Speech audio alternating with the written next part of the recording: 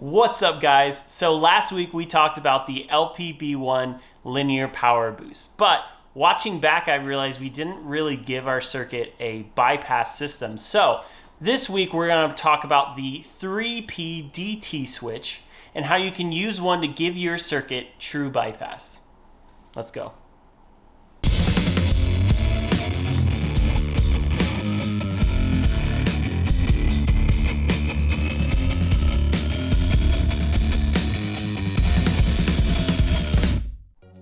Hi, Riggs. Okay, so I know I have a 3PDT over here somewhere. We don't really use these anymore, so let's see, prototypes, resistors. Oh, here we go. 3PDT. All right, guys, so let's jump right into it. This is the bottom of a 3PDT switch. As you can see, the lugs are kind of going left to right. And that is important. There is actually an orientation to the switch, so you want to make sure it looks like this when you're wiring it up. And let's go ahead and start adding some of the things we're going to connect. There's going to be an input jack. There's going to be an output jack. We're going to have a circuit in. And we're going to have a circuit out. Let's add a ground. And we're also going to add the negative leg of our LED. So this is pretty much all the things we're going to connect. And the first thing we're going to do is connect our input jack. Now we're going to wire that directly to this lug. And then we're going to jump that lug down to here. We have our output jack we're going to connect to this lug. Our circuit in is going to go here. Our circuit out will connect over here. We'll connect ground. We'll connect our LED. And the last thing we're going to do is jump these two lugs. Now this alone right here is going to give you true bypass with an LED.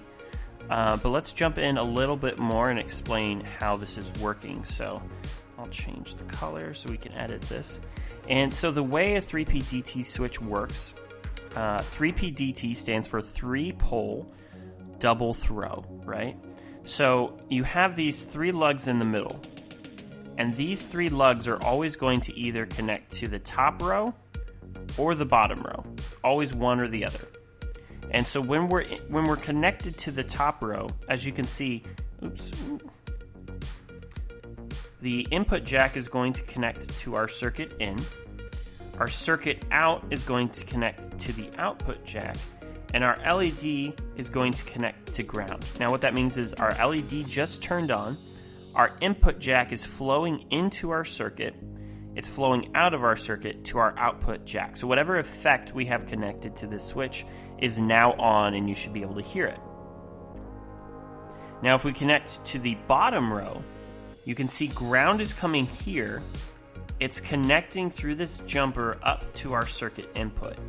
Now why we do that, we're grounding and muting our circuit, and essentially what that does is it keeps the circuit from being able to generate any noise while it's disconnected. You can't have like a runaway feedback or anything like that.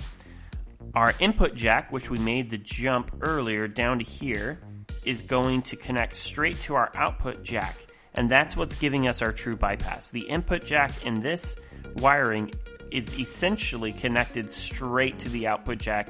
The signal isn't touching anything else. Now this is what gives us our true bypass, and that's pretty much it. Now you're ready to wire up your own and to use it in your own effect circuit. Alright guys, so I hope that answers some questions on how true bypass works and how you can use a 3PDT switch to achieve it. If you enjoyed the video, please like, subscribe, share it with your friends. Make sure to comment below if you have any circuits, ideas, concepts you want us to go over or talk about in future videos. I'd love to hear about them. I hope you enjoyed the video, and I will see you in the next one.